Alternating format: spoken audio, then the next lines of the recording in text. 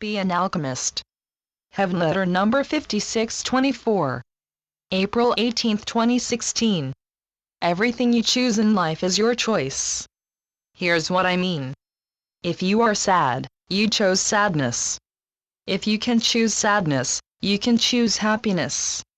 Your life is based on your choices. Under all circumstances, you have choices to make. Your experience and the world itself may tell you that under certain circumstances, you can only be unhappy.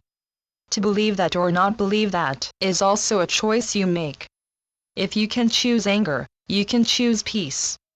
You may say you can't help anger. You may say you do not choose it, but suddenly it appears and seems to take you over, your emotions, your thoughts, your blood pressure. Do you think you can only be a fall guy to anger? Beloveds, if you did not choose anger, then who did?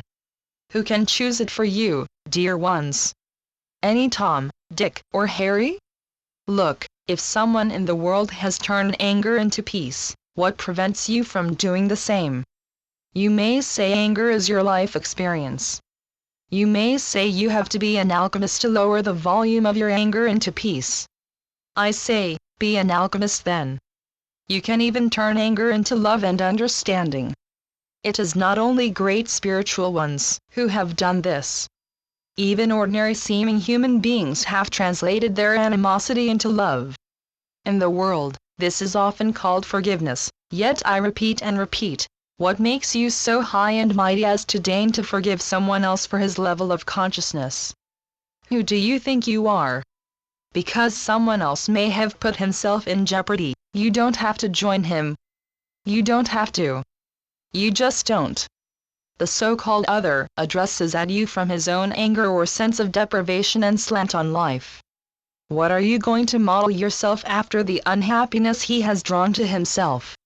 He may think he has had the last word with you. Purposefully or randomly, he offended you and hurt your heart or even injured someone close to you. Whether chosen or at random, it's the same difference to you, for, in world terms, he has stolen peace from you, and you let him. When you come down to it, do you want this unfortunate soul to impart his words onto you and leave you racked with the equivalent of his anger and hate? Is this how you show him you're more powerful? Is this how you defeat his suffering soul at your own expense? If you now see as he sees, and you see issues of right and wrong as black and white and defensive, how does that serve you or anyone? Are you lifting the world or lowering it? There isn't anything you can't do. You can even let go of thoughts and emotions that do not benefit anyone in the world, or the world, and certainly not yourself. If you want an enemy, it's quite easy to find one. Better to align with peace and freedom. If this person hurt a loved one of yours, he certainly had no right. No matter his reasons which seem valid to him at the moment, or he is totally unaware of how he has infringed on you, he had no right. By the same token, you have no right to want to turn the tables on him. The only person to change is yourself. You are not to be vengeful or unkind under any circumstance. In your thoughts, words, and deeds, your only recourse is to rise above circumstances. Granted, it is hard for you to let go of petty heartache when someone doesn't come up to your standards. I have to ask you, who appointed you the watchdog of life? Be the fulfiller. Let go of what ails you.